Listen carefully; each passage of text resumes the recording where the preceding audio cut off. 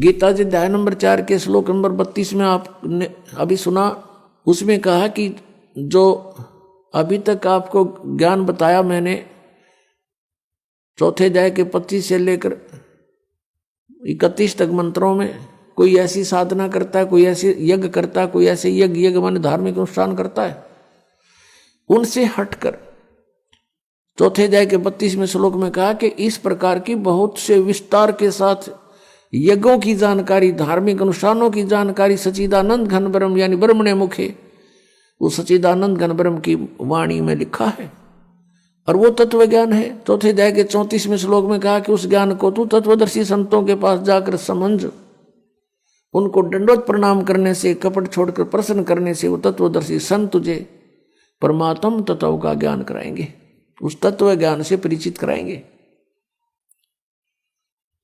तो यहां 15वें अध्याय के 1 से लेकर 4 में तत्वदर्शी संत की पहचान बताई है। वो कैसा होगा? ऊर्ध्व मूलम अधः शाखम अश्वत्थम प्राहु अव्यम छंदासी यस्य प्रणानी ये तम वेद स वेदवित। ऊपर को जड़ वाला, नीचे को तीनों गुण रूपी शाखा वाला, ये एक अविनाशी पीपल का वृक्ष तुल जानो, इस संसार रूपी वृक्ष समझो, और इसके पत्ते आदि सभी विभाग हैं, छंद हैं, और यह तम वेद इस अज्ञान में छुपे हुए इस संसार रूपी वृक्ष के सभी विभागों को जो जानता है, स वेदवित, वह तत्वदर्शी संत है, वह वेद के तात्पर्य को जानने वाला। 15वें अध्याय के 1 से लेकर 4 का जो तात्पर्य है श्लोक का, कि वो तत्वदर्शी संत है और इस संसार रूपी वृक्ष की ऊपर को जड़ है, नीचे को तीनों गुण रूपी शाखा है। रजगुण ब्रह्मा, सदगुण विष्णु, तमगुण शिव जी तो शाखा है। गीता ज्ञानदाता कहता है कि इसके बारे में तत्वदर्शी संत बताएंगे। उसने केवल इतना ही कहकर छोड़ दिया है। फिर कहा कि तत्वदर्शी संत की प्राप्ति के उपरांत परमेश्वर के उस परम पद की खोज करनी चाहिए। 15वें अध्याय के 4 श्लोक में परमेश्वर के उस परम पद की खोज करनी चाहिए, जहां जाने के बाद साधक फिर लौटकर कभी संसार में नहीं आते। ये है वो वास्तव परम गति, ये है पूर्ण मोक्ष जो परम अक्षर ब्रह्म दे सकता है। ये ब्रह्म नहीं दे सकता, ये काल नहीं दे सकता, गीता ज्ञानदाता नहीं दे सकता। और जब तक जन्म मृत्यु समाप्त नहीं होगी तो सुख शांति नहीं हो सकती। इसलिए गीता जी अध्याय नंबर 18 के श्लोक 62 में कहा कि अर्जुन तू सर्वभाव से उस परमेश्वर की शरण में जा, और उस परमेश्वर की कृपा से ही तू परम शांति को और शाश्वतम स्थानम यानी सनातन परम धाम को प्राप्त होगा। वो है वो परम पद जहां जाने के बाद कभी लौटकर संसार में नहीं आते। वो सत्यलोक है, शाश्वत स्थान, सदा रहने वाला स्थान यानी सत्यलोक। हम फिर लौट कर आते हैं 7वें अध्याय के 18वें श्लोक पर। गीता जी अध्याय नंबर 8 के श्लोक नंबर अब 1 में अर्जुन ने पूछा कि किम तत्ब्रह्म, उसका उत्तर दिया 3रे श्लोक में 8वें अध्याय के में कि वो परम अक्षर ब्रह्म है। 8वें अध्याय के 5 और 7 में तो गीता ज्ञानदाता कहता है मेरी भक्ति कर मुझे प्राप्त होगा, लेकिन युद्ध करना ही पड़ेगा। यानी यहां शांति नहीं, ओम से शांति कभी नहीं हो सकती। ओम के जाप से जन्म मृत्यु सदा रहेगी और कर्म ये युद्ध करना ही पड़ेगा। फिर 8वें अध्याय के 8, 9, 10 में ये स्पष्ट किया है कि 17वें अध्याय के 23वें श्लोक में तो वो मंत्र बताया जिस तक भगवान सच्चिदानंद घन ब्रह्म मिलेगा, उसकी प्राप्ति होगी। और उसकी प्राप्ति के बाद फिर जन्म मृत्यु कभी नहीं होता, सनातन परम धाम प्राप्त होगा। तो यहां बताया कि उसकी भक्ति जो करता है, तत्वदर्शी संत की खोज करके, तत्वदर्शी संत से ये उपदेश प्राप्त करके, ओम तत्सत का, ओम तत्सत ये जाप नहीं है। ओम तो सीधा सरपुरुष का, ब्रह्म का, और तत् और सत ये सांकेतिक है। तत् है ये अक्षर पुरुष का और सत है ये परम अक्षर ब्रह्म का, परम अक्षर पुरुष का, जो 8वें अध्याय के 3रे श्लोक में जिसके विषय में जानकारी दी। श्रीमद् भगवद गीता अध्याय नंबर 15 के श्लोक नंबर 16 और 17 में 3 पुरुष हैं, सरपुरुष अक्षर पुरुष। 16वें श्लोक में कहा कि सरपुरुष और अक्षर पुरुष ये 2 प्रकार के प्रभु हैं, परमात्मा हैं। वास्तव में परमात्मा नहीं है, लेकिन इनको भी परमात्मा कहते हैं। ये इनके अंतर्गत जितने प्राणी हैं और इनके सभी के स्थूल शरीर यानी नाशवान है, ये भी नाशवान है दोनों प्रभु यानी पुरुष, और इनके अंतर्गत जितने प्राणी वो भी नाशवान है। जीवात्मा तो किसी की भी नहीं मरती, वो तो गधे कुत्ते की भी ना मरती।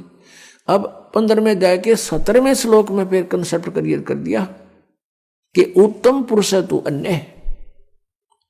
उत्तम पुरुष वो श्रेष्ठ परमात्मा, वो परम अक्षर ब्रह्म की तरफ संकेत है, जो संसार रूपी वृक्ष की मूल है, और उस मूल से सबको आहार प्राप्त होता है। पूरे संसार रूपी वृक्ष का उसी से पोषण होता है, वृद्धि को प्राप्त होता है।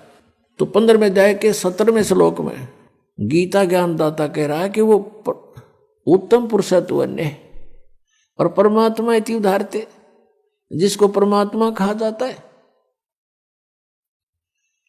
और वो उत्तम पुरुष श्रेष्ठ परमात्मा तो कोई और है 16वें श्लोक में वर्णित इन दोनों सरपुरुष और अक्षर पुरुष से कोई और है। वो कौन है? वो परम अक्षर पुरुष है। परम अक्षर ब्रह्म कहो, परम अक्षर पुरुष कहो, उसको पूर्ण ब्रह्म कहो, या उसको सत्य पुरुष कहो। सत्य माने अविनाशी, पुरुष माने प्रभु।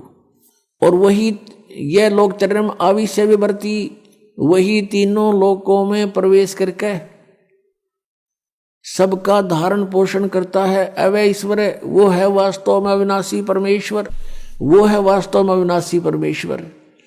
अब 8वें अध्याय के 8, 9, 10 श्लोक में स्पष्ट किया है कि अर्जुन जो उस परम अक्षर ब्रह्म की साधना करता है, जो 8वें अध्याय के 3 श्लोक में गीता ज्ञानदाता जिसके विषय बता रहा है, उसकी जो भक्ति करता है उस मंत्र से, जो तत्वदर्शी संत से प्राप्त करके, वो फिर उसी को प्राप्त होता है। उसको प्राप्त होता है तो वो अविनाशी परमात्मा है, वो तो सतलोक में रहता है, सनातन परम धाम में रहता है। तो इस प्रकार जीव का मोक्ष होता है। अब हमारी पवित्र श्रीमद् भगवद गीता ये ज्ञान दे रहा है, और गीता ज्ञानदाता अपनी साधना को अनुत्तम बता रहा है, और ये अज्ञान आधार से अनुवाद करता हमारे गुरु, पूर्व के गुरु जो थे अज्ञानी,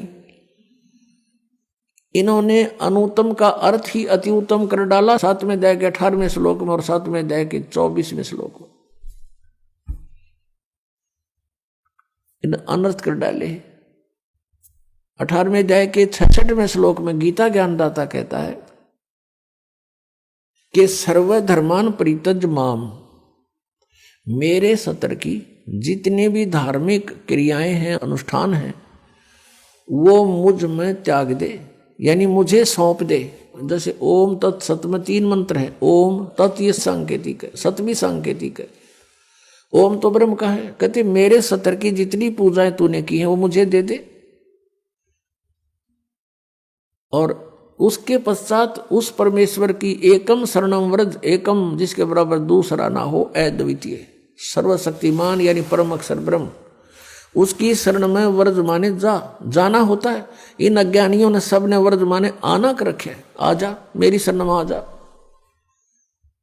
फिर ये गीता ज्ञानदाता कहता है कि अहम तवा सर्व पापेभ्यो मोक्षामि मा शुच, फिर मैं तुझे सब पापों से मुक्त कर दूंगा, तू चिंता ना कर। हम क्या करते रहे, जैसे तत्व ज्ञान के अभाव से परम संत मिले नहीं, ओम नाम का जाप, और गीता जी अध्याय नंबर 3 के श्लोक नंबर 10 से लेकर 15 में जो अनुष्ठानों की जानकारी दी है, यज्ञों की, वो 500 यज्ञ करते रहे, ओम नाम का जाप करते रहे, और इसके प्रतिफल को हम ब्रह्मलोक प्राप्त करके वहां भोगते रहे। और ब्रह्मलोक में जाने के बाद फिर हम वापस जन्म मृत्यु में रहे, हमारे ऊपर यह दंड बना रहा, और पाप के आधार से हम नरक भी जाते रहे। अब जब हमें परम अक्षर ब्रह्म मिल जाते हैं, उस सतनाम के जाप से, 2 अक्षर के सतनाम के जाप से हमारे पाप नाश हो जाते हैं। और हम क्या करते रहे, पुण्य तो हम स्वर्ग में खाते, और पापों को भोगने के लिए इसने नरक बना रखा, उस नरक में हम भोगते, दुख पाते, दंड पाते, और फिर 84 लाख योनियों के कष्ट भी भोगने पड़ते। यहाँ का ऐसा विधान है। तो ये क्या कहता है कि जब तू उसकी शरण में चला जाएगा तो मेरे सतर का जो हम क्या जो अपना पुण्य था वो बर्बाद कर देते थे, उस पुण्यों को हम इसको दे देंगे। हम इसके ऋणी हैं, कैसे ऋणी है कि इस काल भगवान ने 70 युग तपस्या करके और 64 युग एक, तब इसने ये 21 ब्रह्मांड प्राप्त किए थे परम अक्षर ब्रह्म से, इस सरपुरुष ने, सरब्रह्म ने। और ये आप देख रहे हैं पृथ्वी कैसे घूम रही है, ये स्वयं भी घूम रही है ऐसे, और ये ऐसे भी घूम रही है। हम इसमें अपनी गलती से, अपनी मर्जी इसके साथ बैठकर आ गए इसके विमान में। यहां आ गए हम 16 शंख कोश की दूरी पे। अब यहां आने के बाद इसने हमारा दुरुपयोग किया। हम जो पूंजी लेकर आए थे, हम बड़े सेठ साहूकार के पुत्र थे, परम अक्षर ब्रह्म के पुत्र पुत्री थी, और हम बहुत धनी थे। हम अपनी पूरा पूंजी लेकर साथ आए थे। उस पूंजी को इसने टैक्स लगाया हमारे ऊपर। ऊपर स्वर्ग रखे, जैसे महास्वर्ग बना रखा ऊपर, उसमें रखे, और वहां के चार्जेज रख दिए, इतने चार्ज होंगे प्रतिदिन के। तो ये उससे अपना काम चला रहा है। अब जैसे इस पृथ्वी पर हम आए, ये पृथ्वी घूम रही है विमान की तरह। तो इसका जो चार्ज इसने रख रखा है, वो चार्ज हमसे लेता है। अपने आत्माओं, जैसे एक बार ये दास यहां से दिल्ली से पुणे गया था जहाज में, एयरप्लेन में। तो वहां से वहां तक का किराया लगभग 6,000 रुपये था, और उसके अंदर ही सारा चाय पानी खाना सारी व्यवस्था करते हैं। और वो 2.25 घंटे लगे वहां से, दिल्ली से लेकर पुणे तक के 2.25 घंटों के उसने 6,000 रुपये चार्ज किए। और हम बैठे इसके विमान में, किराया कितने दिन तक? तो ये कहता मेरा किराया दे मुझे, जब छोड़ूं तुझे, हम फिर इसका किराया दे देंगे इसको। अब फिर हम इसके जो पूंजी को बर्बाद करते थे वो ना करके, इसका जितना चार्ज है इस भक्ति का, इसके 70 की भक्ति का, इसको दे देंगे। फिर ये हमें गधे कुत्ते सुअर नहीं बनाएगा या बांध कर नहीं रखेगा। इसलिए 18वें अध्याय के 66वें श्लोक में ये गीता ज्ञानदाता सरपुरुष है, श्री कृष्ण में बोल रहा है। ये ब्रह्म है, ये काल है, 21 ब्रह्मांड का स्वामी है। हम इसके लोक में यहां रह रहे हैं। तो ये कह रहा है कि मेरे 70 की सर्वधर्मान परित्यज माम, 18वें अध्याय के 66वें श्लोक, मेरे 70 के सभी धार्मिक अनुष्ठान पूजाएं मुझे दे दे, मुझे त्याग दे, छोड़ दे, मेरा ऋण मुक्त हो, मेरा कर्जा दे। फिर एकम शरणम व्रज, फिर उस सर्वशक्तिमान परमात्मा की शरण में व्रज माने जाओ, परम अक्षर ब्रह्म की शरण में जाओ। और इन अज्ञानियों ने सब ने अनुवाद कर रखा आओ, यानी गो माने जाना होता है, अंग्रेजी का वर्ड है। और कोई गो माने आना लिखता है, कितना विद्वान होगा वो, अंडरस्टूड है।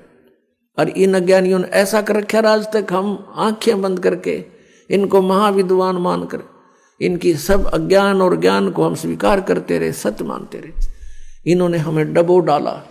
अब श्रीमद् भगवत गीता में श्री कृष्ण जी का कोई रोल नहीं है, ये पूरा रोल काल का है। काल ये सरपुरुष है, किस ब्रह्मांड का स्वामी है।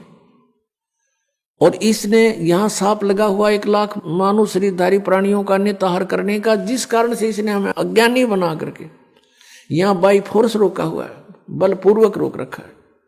सब कार्य बलपूर्वक करवाता है। हमारे अंदर ऐसा इसने फीड कर दिए गुण कि हम ये प्राणी विवश होकर के उनके बस कार्य करता। जैसे कोई शराब भांग पी लेता है, फिर उस जीव के बस का नहीं रहता, वो कैसी गतिविधि करे। तो ऐसे हमारे साथ इसने कर रखा है। बच्चे उत्पन्न कराता है, खाता है। आप जैसे कसाई बकरियों को इकट्ठा छोड़ देता है, वो संतान उत्पत्ति करते हैं अपनी वासना के वश होकर के, और उन बच्चों में उनकी खूब ममता भी होती है। और काल उनको कसाई खाता है और वो उनको अपने बच्चे मानते रहते हैं। यही सतीथि परमात्मा कबीर जी ने बताई कि तुम यहाँ कसाई के लोक में रह रहे हो, इस काल के लोक में रह रहे हो, और यहाँ तुम्हारी जन्म मृत्यु कभी समाप्त नहीं हो सकती। और ये दुख तुम्हें सदा बने रहेंगे, चाहे स्वर्ग में जाओ चाहे महास्वर्ग में जाओ, इसके में वहां पूरा होते ही समय वापस फिर यहाँ लौट कर आना पड़ेगा।